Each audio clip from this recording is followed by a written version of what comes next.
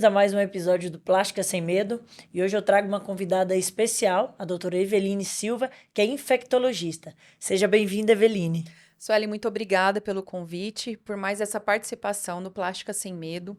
Primeiramente, eu vou falar sobre a especialidade, da infectologia. Bom, infectologia vai tratar o quê? Vírus, bactérias, de forma geral, nesse contexto, as infecções. E é por esse motivo, desse convite da Sueli, para poder estar falando para vocês um pouquinho sobre a infecção. Bem legal isso. Eu acho que é importante as pacientes entenderem dessa especialidade, né? Você falar um pouquinho dessa especialidade que muitas vezes a paciente não conhece. E vamos começar com um assunto bem legal. Quando a gente, né, programa ali a cirurgia junto com o paciente, a gente faz aquele pré-operatório e a gente sempre solicita, né, os exames pré-operatórios e dentre esses exames tem lá as sorologias, né? Que às vezes a paciente fala: "Ah, doutora, por que eu preciso fazer esse exame, né? Por que eu preciso fazer hepatite, HIV?" E muitas vezes eu até questiono a paciente, fala: "Nossa, você não foi vacinada contra a hepatite, né? Tá mostrando aqui." Então, eu queria que você falasse um pouquinho da importância desses exames, e aí já fala também da importância de pacientes, né? Desses pacientes se vacinarem também. Não, isso é extremamente importante, viu, Sueli, essa pontuação. Bom, primeiro ponto, exames pré-operatórios. Todos os pacientes que foram ser submetidos a qualquer procedimento cirúrgico precisam realizar esses exames. Dentro dos exames, existem alguns mais específicos, que aí eu coloco as sorologias, que nós estamos falando agora, e as sorologias que a gente acaba realmente avaliando nesse contexto são HIV, hepatite B e hepatite C, tá? Então, o porquê que teriam que ser essas três avaliações? Porque são infecções basicamente silenciosas. O que significa isso? Se eu for pensar numa hepatite B e numa hepatite C, eu não vou ter sintoma para poder identificar. Então, eu acabo realmente descobrindo quando eu faço um exame de rotina, ou até mesmo pré-operatório, que no meu consultório são a maioria dos perfis de pacientes que eu acabo realmente atendendo, é o paciente que foi fazer um procedimento cirúrgico e descobriu que tinha ou hepatite B, ou hepatite C, ou até mesmo, gente, o HIV.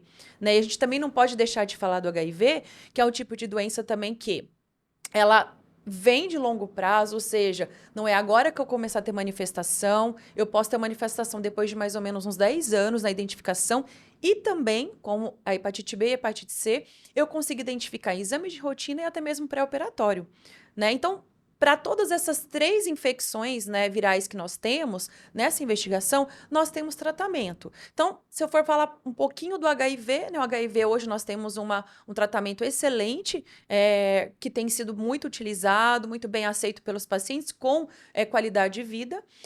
Temos também em relação à hepatite B, e aí nós falamos tanto de tratamento, mas um tratamento que ainda assim não temos uma cura afirmada, mas um segmento, e a vacinação da hepatite B, que é extremamente importante.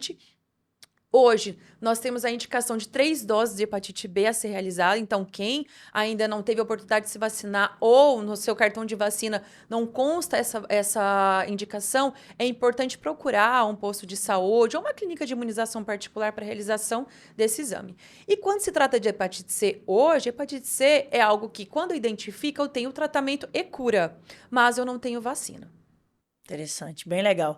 Eu acho que é importante, né, o paciente entender que hoje nós temos aí, a medicina está muito evoluída, então nós temos as vacinas, nós temos aí o tratamento da hepatite C, né, que muita gente não sabia, né, tenho certeza que muita gente não sabia que é uma doença que tem cura, então acho que é bem legal isso. Aproveitando esse assunto, se fala muito de antibiótico, né, e a gente sabe que a especialidade que cuida dos antibióticos é a sua especialidade, né, e é um assunto aí polêmico para paciente. Às vezes o paciente, né, não aceita muito o tratamento do antibiótico ou não tem a noção da importância, né? Então, por que é importante, né, o paciente ele utilizar um antibiótico ali depois que realiza uma cirurgia plástica ou qualquer procedimento cirúrgico? Olha, uma coisa que a gente tem que entender em relação ao uso de antibióticos é que a gente sempre fala também em relação à questão do racionamento. Quando usar e quando não usar. Então, assim, a indicação, pensando na questão cirúrgica, ela existe tanto durante o procedimento cirúrgico, que é, prescrito aí pelos anestesistas, então existe uma indução, e pós o procedimento cirúrgico, tá? Então, a importância que eu vejo no uso do antibiótico pós o procedimento cirúrgico, no nosso contexto pós uma cirurgia plástica, seja de 10, sejam de 7 dias, entendeu? É para evitar que realmente desenvolva uma infecção. No momento em que eu estou realizando o procedimento cirúrgico, eu estou manipulando. Eu estou manipulando uma pele que é cheia de micro-organismos, de bactérias. São bactérias boas, né, que nos auxiliam, mas também são bactérias que podem agir contra o nosso organismo. E nisso desenvolver uma infecção. E quando eu tenho uma incisão, quando eu faço um corte, né, quando eu estou em procedimento cirúrgico, aquela abertura da pele, ela é uma exposição que eu tenho. Então, quando a gente utiliza o antibiótico nesse contexto, eu estou minimizando o evento de ocorrer uma infecção. Sim, é uma prevenção ali, né, que se faz. Exatamente, é uma prevenção, né? E lógico, dessa forma a gente está indicando antibiótico de uma forma correta. Não é aquele uso indiscriminado. Eu não estou prescrevendo, eu não estou colocando antibiótico simplesmente porque eu vou colocar o antibiótico. Eu vou tentar minimizar o evento. Não, eu sei que realmente tem uma indicação para fazer o uso daquele determinado antibiótico. Uma coisa importante é, se o seu médico prescreve aquele antibiótico, né, ele tem a ideia de que para ele, para aquele procedimento cirúrgico a ser indicado, realmente aquele antibiótico ele tem um fundamento. Então, assim, se ele indicou um medicamento, um antibiótico, onde ele pediu para não ser comprado um genérico, não compre o genérico, compre o referência. Porque para tudo tem realmente uma boa indicação. E um bom antibiótico, a gente consegue tratar realmente um quadro de infecção.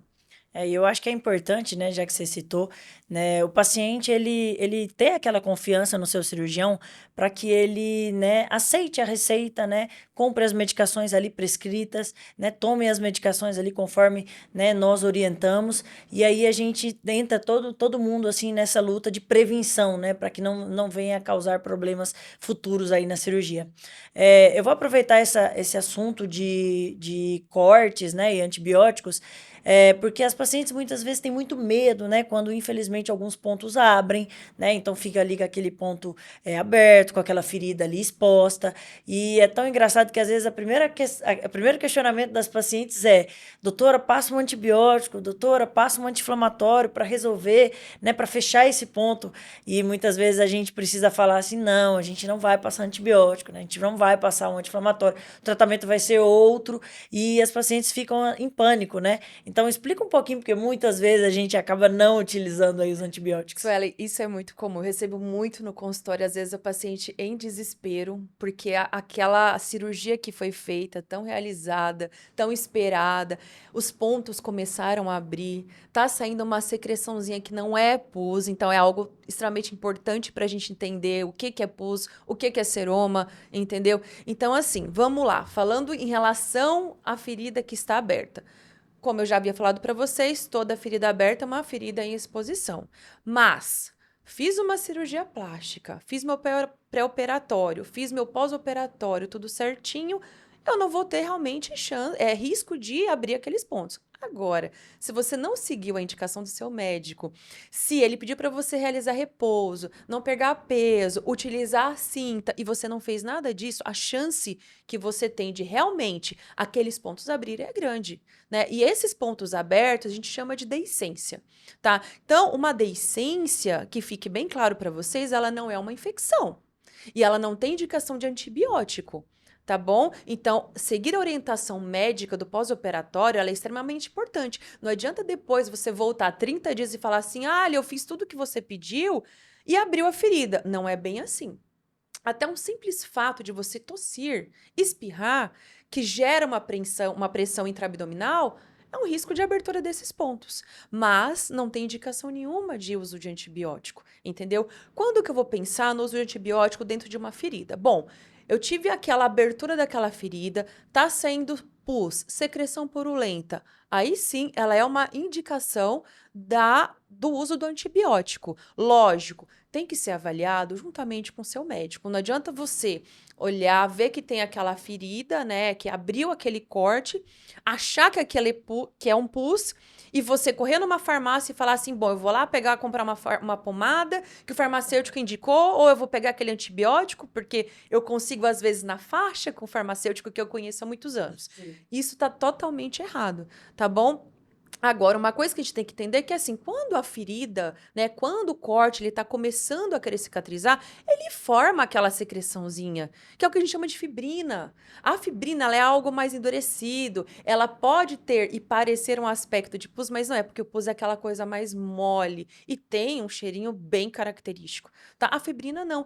Você pode até passar uma gaze por cima, não façam isso, mas você pode até passar uma gaze por cima, ela vai ficar presa na gaze, entendeu? Aquilo é uma fibrina, aquilo é uma forma de cicatrização daquela lesão.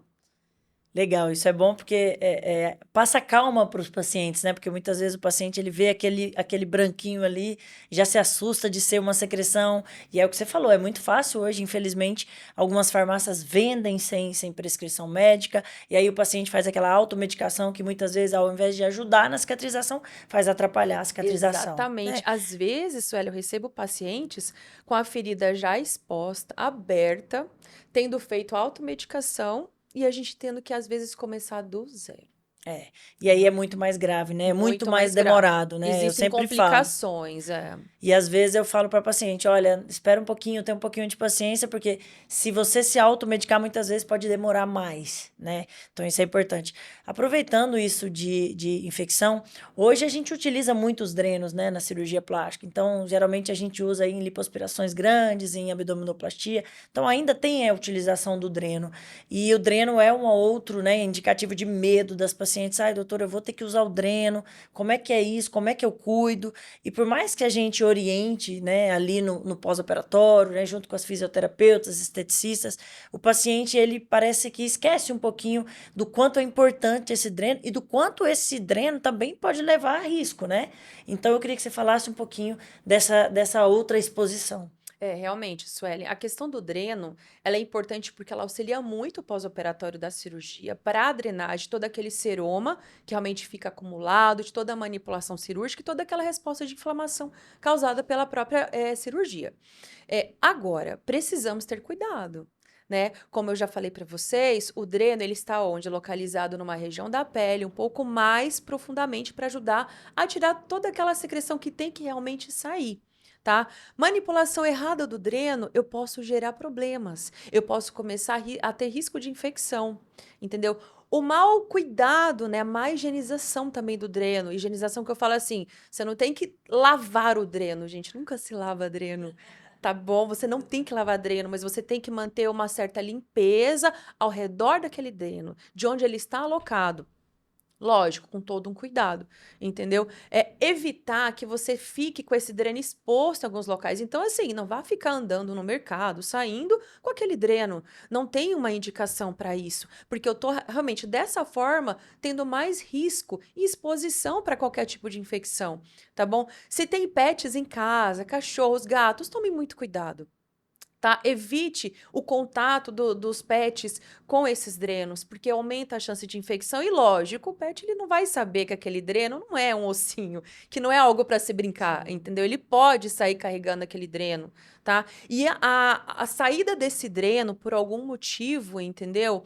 Vai começar a ter abertura daquela pele com drenagem daquela secreção. Eu não posso permitir que aquilo continue sem o dreno, tá? Então eu tenho que entender que o dreno ele é uma forma de proteção também, mas para que eu tenha uma proteção adequada, sem risco de infecção, eu preciso ter um cuidado. É, muito legal isso. É importante essas orientações, porque às vezes as pacientes acabam, né, esquecendo disso, ou por um descuido, né? Um movimento que às vezes não percebe, aí você acaba perdendo o dreno, e aí sim a gente começa a ter vários problemas, como você falou.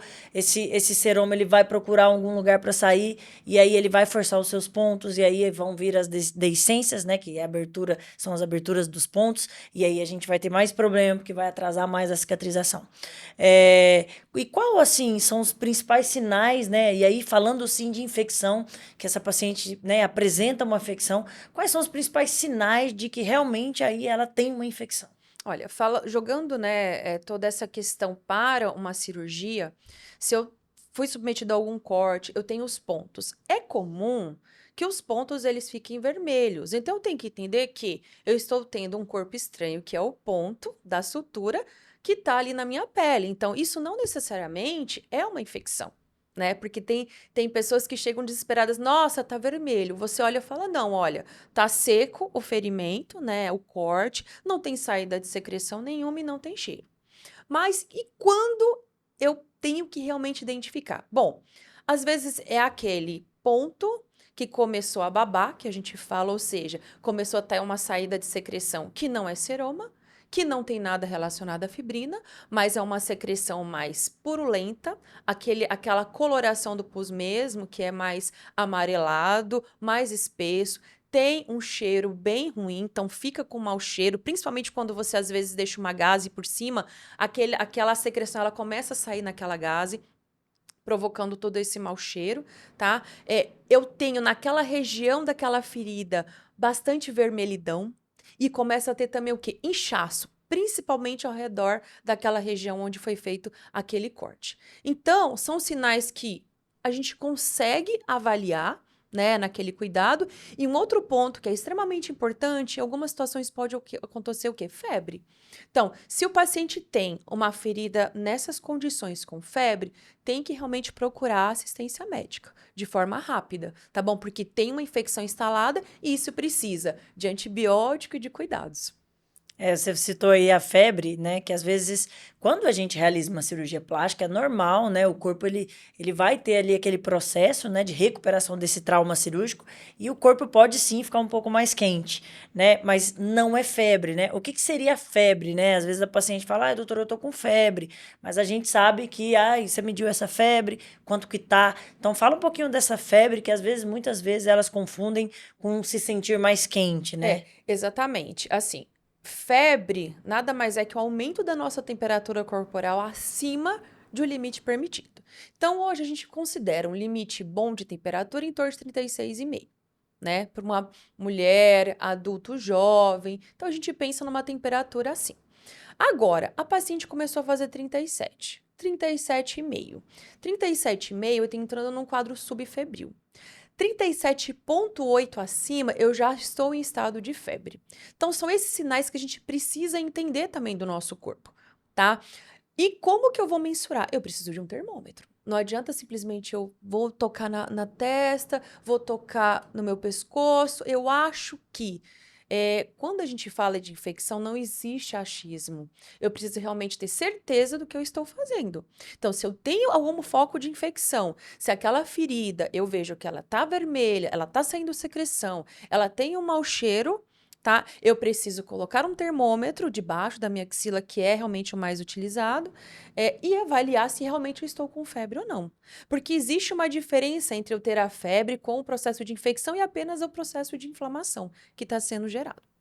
Tá? Interessante, isso é bem legal. Vamos aproveitar e falar aí de um tratamento novo hoje que nós temos, que é a câmara hiperbárica, né? Hoje a gente utiliza muito, né, essa tecnologia, essa novidade aí de tratamento, veio muito para nos auxiliar, né? E muitas vezes as pacientes, ai, doutor, eu fiz tantas sessões, eu não vi resultado. Eu até brinco, falo, gente, calma, não é mágica, né? Muitas vezes a câmara hiperbárica, ela leva um tempo mesmo, mas desde a primeira sessão ela já apresenta o resultado. Então, eu gostaria que você explicasse um pouquinho sobre a câmara hiperbárica, né, que como que é o resultado, né, o que que ela pode causar, o que que ela dá de benefício, né, no tratamento da paciente. Sueli, a câmara hiperbárica, eu acho que é um tipo de instrumento, né, de auxílio em relação à cicatrização de vários tipos de lesões. Eu indico bastante para os meus pacientes, né? Então, eu recebo bastante pacientes com úlceras até bem profundas, feridas, lesões, que realmente tem um resultado positivo. Eu vejo um resultado positivo quando o paciente ele realmente consegue fazer a câmara hiperbárica. Então, para vocês entenderem de que forma que atua, a câmara hiperbárica ela funciona como se fosse o nosso organismo. Então, assim, todo tecido ele precisa de oxigênio, ele precisa de sangue para poder ajudar na cicatrização. E assim, uma coisa que a gente tem que lembrar é que assim, eu tenho várias situações onde a minha cicatrização, ela existe uma dificuldade maior. Então, vamos falar um pouquinho do paciente diabético, né? O paciente diabético, para a cicatrização, é mais difícil, ainda mais quando ele não está em controle da própria doença. A câmara hiperbárica, ela auxilia muito no fechamento daquela lesão, daquela ferida, tá? Então, de que forma? Na câmara hiperbárica, você fica lá sentadinho, você recebe aquele oxigênio, no caso da oxigenoterapia na câmara hiperbárica. Aquele fluido de oxigênio que você está recebendo, ele vai entrar no seu sangue, ele vai auxiliar, através da sua corrente sanguínea, a chegada daquele oxigênio nos tecidos. Então, eu promovo o que quando eu tenho aquele oxigênio naquele tecido que está aberto, que está lesionado? Eu promovo uma melhoria da minha circulação, da vasculatura naquela região, para melhorar o quê? A cicatrização. Então, esse é o intuito da prescrição da câmara hiperbárica. E é importante a gente lembrar que ela vem em conjunto com a prescrição, às vezes, dependendo de uma ferida, principalmente as feridas infectadas, eu tenho a prescrição do antibiótico junto com a prescrição da câmara hiperbárica. Então, eu preciso desse auxílio. Às vezes, apenas a prescrição do antibiótico, eu não consigo recuperar aquela lesão. E, às vezes, também, apenas esperando, fazendo um determinado curativo, né, daquela lesão, eu não consigo ter uma resposta tão rápida quando a gente fala do uso da câmara hiperbárica. Então, existe, sim, uma lista, tá, de indicações em relação ao uso dessa câmara hiperbárica, e as cirurgias, principalmente as cirurgias plásticas, elas têm uma indicação bem importante, que a ideia aí é o quê? Ter uma cicatrização mais rápida para paciente, Sim, né? e é importante as pacientes entenderem que não é visível, né? Muitas vezes elas questionam, ai, doutora, eu não vi aí em 2, em 3 sessões, né? Mas vocês não imaginam o que está acontecendo ali dentro, né? Que é sempre de dentro para fora que eu falo para as pacientes. Eu falo, olha, pessoal, isso vai acontecer de dentro para fora. E muitas vezes elas não veem o fechamento rápido, mas elas não entendem muitas vezes que lá dentro está tudo sendo fechado, né? Para evitar que essa ferida abra mais, né? Então a gente brinca mais de evitar, né? De infectar e de abrir mais do que de propriamente fechar essa ferida, né? Não, é o que a gente sempre fala, a pressa, ela é inimiga da perfeição. Então, nesse contexto da cirurgia plástica, onde a gente quer uma coisa perfeita, porque é um sonho que nós temos, né? A câmara hiperbárica, ela traz esse sonho para perto da gente. Só que a gente não precisa ter pressa. A gente tem que dar tempo para o nosso organismo, igual eu falei. Se você tiver algum comprometimento, alguma comorbidade, alguma doença, onde essa cicatrização ela é um pouco mais demorada, a câmara hiperbárica ela vai ajudar a facilitar um pouco mais. Ela vai resolver aquele problema que é da cicatrização. E assim como os diabéticos, né, as pacientes acima do peso, né, elas têm também que entender que há uma dificuldade na cicatrização, há um atraso nessa cicatrização que muitas vezes elas não compreendem, né? Exato, os obesos aí eles têm realmente um papel importante, né? Porque a gente sabe que a cicatrização ela é mais demorada mesmo, tá bom? Ainda mais porque assim, às vezes é uma região onde eu tenho um excesso de pele maior, eu tenho mais dobraduras, então é um local onde fica mais úmido, tem a chance de ter mais deiscência também, então a cicatrização ela é mais demorada. E aí entra o contexto da câmara hiperbárica. Ela auxilia bem nessa reconstituição, nessa cicatrização. Muito legal. Então, eu acho que fique claro para os pacientes, né, que acho que o principal é confiar no seu cirurgião, é ter aquela empatia, né? Eu brinco que tem que ter o match, né, com o cirurgião.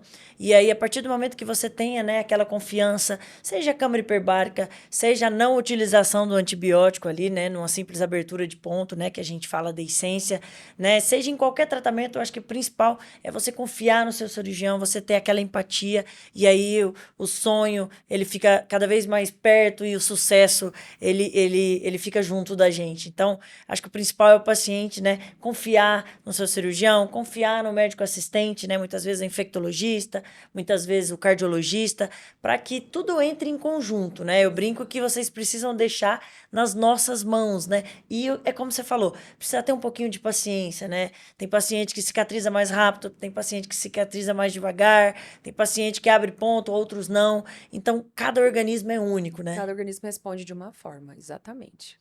Então, eu queria agradecer aqui a doutora Eveline por estar aqui com a gente, por ter esclarecido alguns pontos, né, que causam medo nas pacientes. Eu queria aqui que você deixasse a sua rede social, o seu contato aí para todo mundo te seguir e estar acompanhando o seu trabalho também. Muito obrigada por estar aqui. Eveline é uma grande amiga e obrigada por estar aqui nesse mais um episódio aí do Plástica Sem Medo. Agradeço muito, Sueli, esse convite. Realmente foi um bate-papo bem gostoso. Eu acho que bem esclarecedor também para as pacientes, né? Então, meu contato, se realmente precisarem, né, de algum auxílio ou de alguma orientação, eu tenho o Instagram, doutora Eveline Silva, podem estar me procurando, podem estar me seguindo, né? Qualquer dúvida, podem mandar mensagem pelo direct que eu vou estar lá prontinha para responder para vocês, para poder ajudar e auxiliar. Oi, pessoal, então a gente fica por aqui e até o próximo episódio do Plástica Sem Medo.